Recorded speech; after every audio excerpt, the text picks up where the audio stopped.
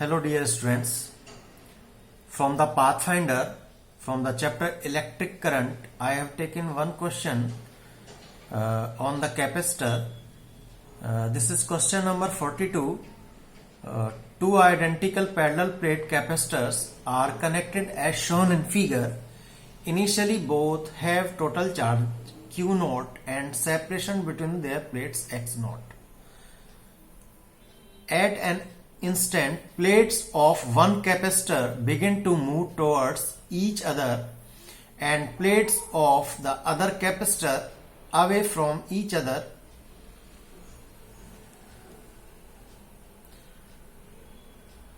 If velocity of plate relative to the other in both the capacitors has the same magnitude V, find current in the circuit. तो एक capacitor ये है, एक capacitor ये है. Initially इनके बीच का सेपरेशन x नॉट है. इनिशियली इनके बीच का सेपरेशन जो है x नॉट है, प्लेट्स के बीच का. इस पूरे सिस्टम पर, इस कैपेसिटर पर और इस कैपेसिटर पर टोटल चार्ज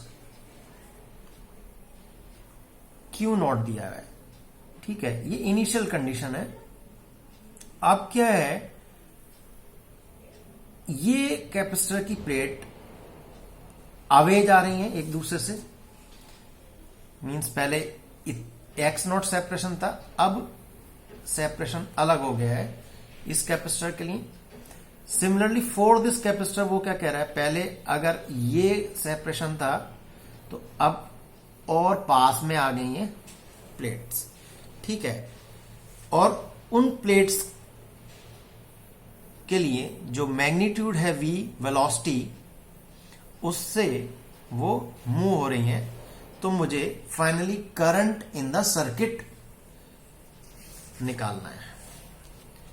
इसके लिए की आइडिया क्या है, यहां पर मैं पहले सर्किट बना लेता हूं.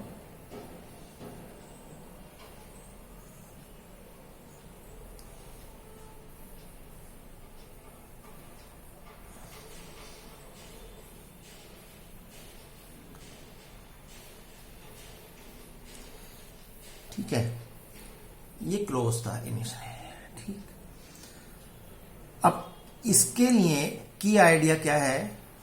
की आइडिया सबसे पहले फर्स्ट ऑफ ऑल कि इस सिस्टम को देखें. पहले इनका नाम दे देता हूं. चलिए, मैं पहले एक इसको मैं C1 अज्यूम कर लेता हूं, इसको C2 अज्यूम कर लेता हूं. इसकी प्लेट्स अवे जा रही हैं और इसकी plates towards each other move हो रही है. की आइडिया क्या है कि check C1 and C2 in series और पैरेलल. फर्स्ट ऑफ ऑल हम लोग ये फाइंड आउट करेंगे. तो मैं for your convenient I am connecting this small battery here to check whether they are in series or in parallel. यहां से कुछ करंट I प्रोड्यूस होगा, यहां पर आके उसको दो पाथ मिलेंगे. उस करंट की वजह से ये चार्ज होना शुरू होगा.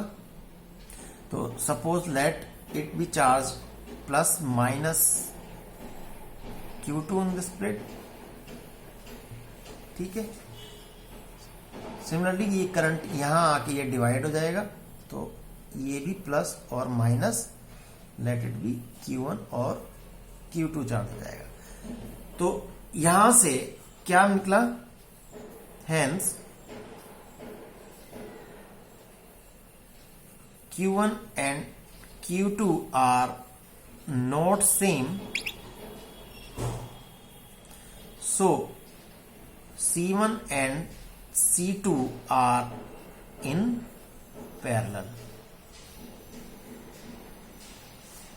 ठीक है, पैरेलल में हो गए.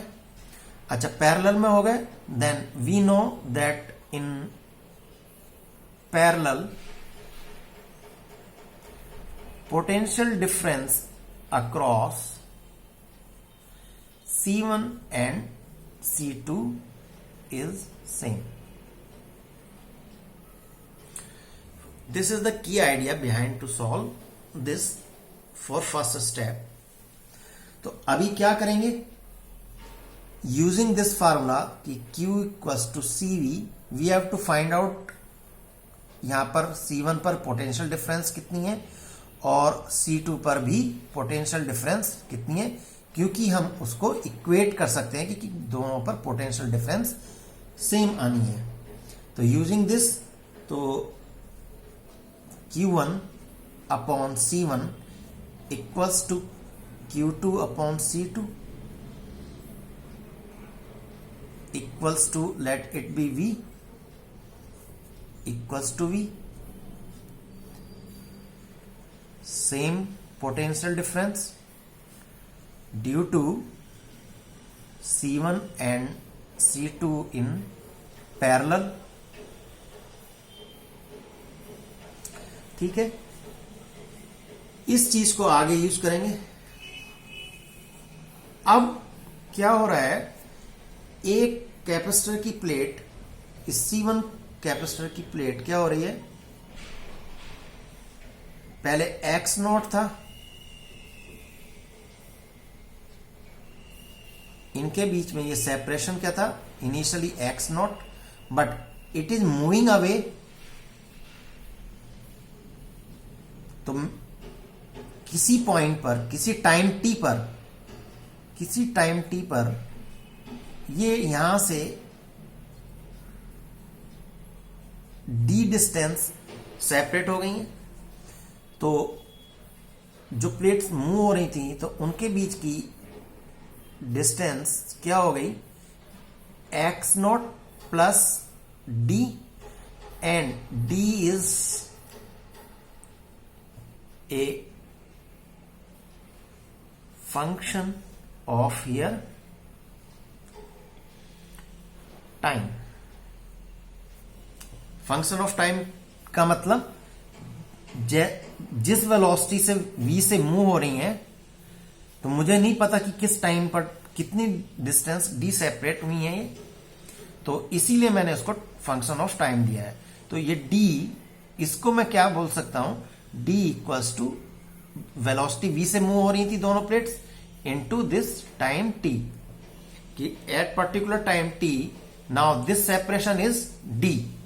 तो यहां पर क्या हो जाएगा, X0 plus Vt for this capacitor.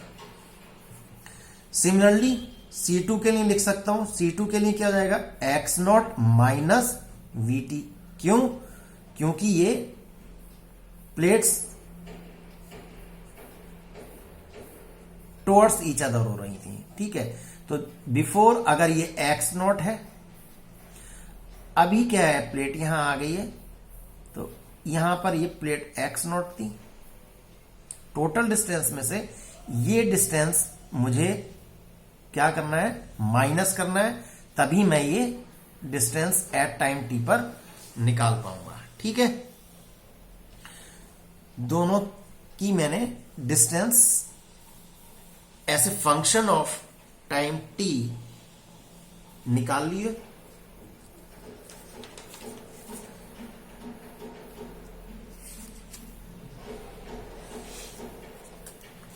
अब कैपेसिटेंस का फार्मूला लगा रहे हैं, वो क्या होता है, epsilon not a upon distance d, means separation between plates.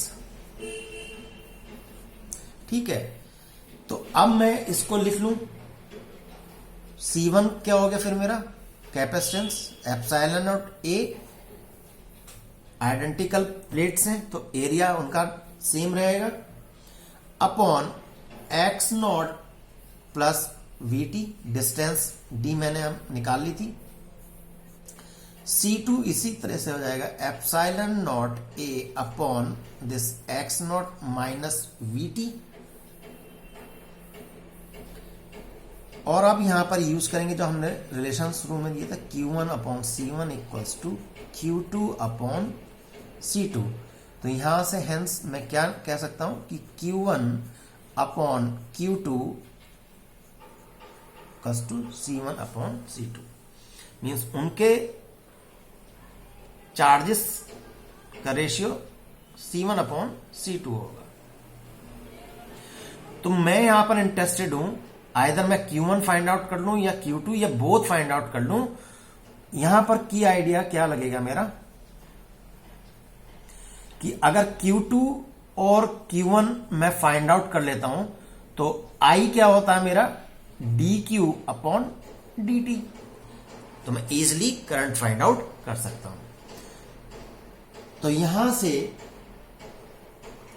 Q1 upon Q2, C1 और C2 की वैल्यू रखेंगे और उनको सिंप्लीफाई करेंगे तो x not minus VT upon x not plus VT मैं यहां पे कर सकता हूं। तो हेंस यहां से मुझे क्या मिला, Q1 equals to Q2 times of x not minus VT upon x not plus VT। अब यहां पर क्या करूंगा, इनिशियली टोटल चार्ज क्या था मेरा, Q नॉट, तो Q1 plus Q2 equals to Q not total charge.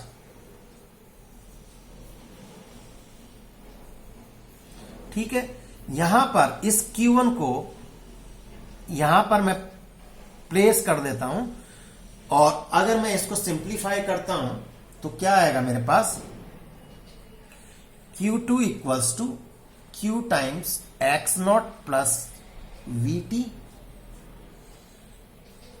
Upon 2 times of x not. ठीक है, यहां पर आप इसकी कैलकुलेशन देख लीजिए, Q2 into x not minus VT plus Q2 into x not plus VT, और इस तरीके से यहां पर ये सिंप्लीफाई करेंगे तो यहां से ये कैंसल्ड आउट हो जाएंगे टर्म्स। तो ये 2 times Q2 into x not, Q into x not plus VT, तो यहां से फाइनली Q नॉट आ जाएगा मेरा। ठीक है, तो ये इस तरीके से मैं कैलकुलेशन कर सकता हूं। अब मेरे पास Q2 आ गया। ठीक है, अब मेरे पास Q2 आ गया, Q2 equals to Q times of x not plus VT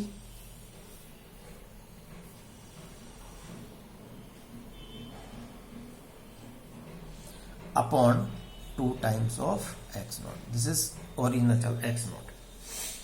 ठीक है, अब I क्या होता है, I यहां पर इस केस में dQ अपॉन dt हो जाएगा। ठीक है, और I equals to minus dQ1 upon dt। यहां पर माइनस साइन क्यों यूज किया, यहां पर दिस माइनस साइन क्यों यूज किया, क्योंकि यहां पर जब चार्जिंग हो रही होगी तो एक चार्ज कर रहा होगा और एक अपने आप को इक्विलिब्रियम में करने के लिए डिस्चार्ज हो रहा होगा। ठीक है, तो ये minus sign is for this capacitor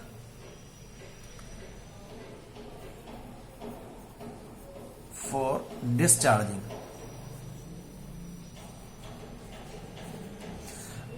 अब बहुत सिंपल हो गया, तो I equals to dQ2 upon d2 यहां पर रख लें, तो Q not upon 2x not तो कांस्टेंट है, और यहां पर करते हैं x नॉट प्लस VT का, अगर मैं d अपॉन dt इसका डिफ्रेंशिएट करूंगा तो x not is my constant, और VT का d अपॉन dt करूंगा तो क्या आएगा, v into dt upon dt, that is equals to v। तो यहां x नॉट कांस्टेंट है तो उसका डिफरेंशिएशन करेंगे तो 0 आएगा, और vt का करेंगे तो v आएगा। ठीक है, तो hence I equals to Q not upon 2x0 into v and this is my final answer कि सिस्टम में या इस सर्किट में इतना करंट फ्लो हो रहा होगा जब ये सेपरेशन मेरा प्रोड्यूस हो रहा होगा दोनों प्लेट्स में। Thank you.